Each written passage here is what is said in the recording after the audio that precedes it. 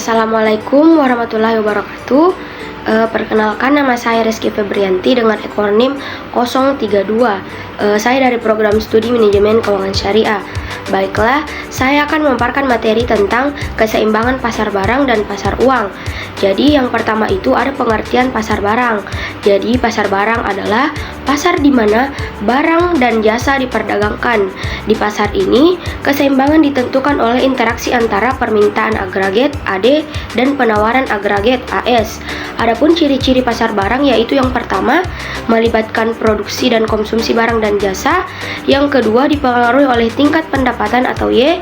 Yang ketiga, permintaan dipengaruhi oleh konsumsi, investasi, dan belanja pemerintah. Dan yang keempat itu diwakili oleh kurva IS. Selanjutnya, ada pengertian pasar uang. Jadi, pasar uang adalah pasar tempat terjadi transaksi uang atau instrumen keuangan jangka pendek seperti deposito, surat berharga, dan kredit jangka pendek. Adapun ciri-ciri pasar uang itu yang pertama, menentukan tingkat suku bunga I.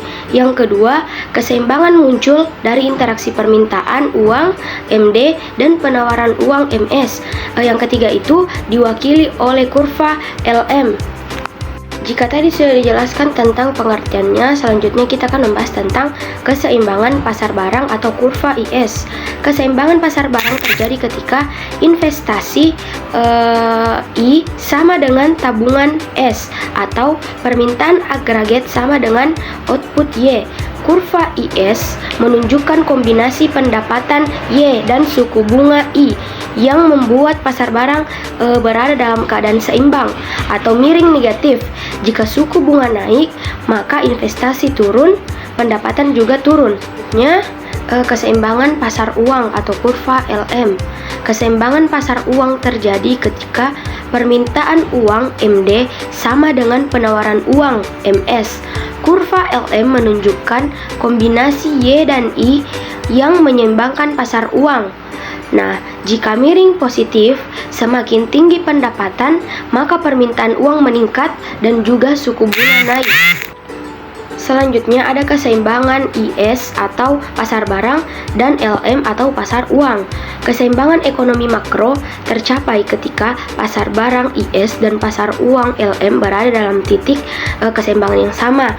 Adapun ciri-ciri titik keseimbangannya, yang pertama itu menentukan suku bunga keseimbangan atau I, yang kedua menentukan pendapatan nasional atau Y, dan yang ketiga tidak ada kelebihan permintaan atau penawaran di kedua pasar. Jadi itulah tadi keseimbangan pasar barang dan pasar uang.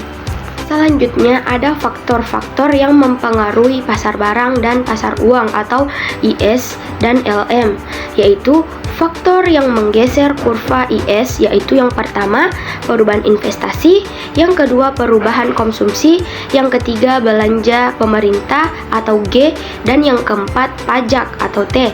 Nah, selanjutnya faktor yang menggeser kurva LM, yaitu yang pertama perubahan jumlah uang beredar, yang kedua perubahan permintaan uang. Jadi itulah tadi faktor yang mempengaruhi pasar barang dan pasar uang. Jadi kesimpulan dari materi tadi yaitu keseimbangan pasar barang dan pasar uang terjadi ketika permintaan dan penawaran di kedua pasar berada pada titik yang sama. Pasar barang seimbang saat permintaan agregat sama dengan output, sedangkan pasar uang seimbang ketika permintaan uang sama dengan jumlah uang beredar.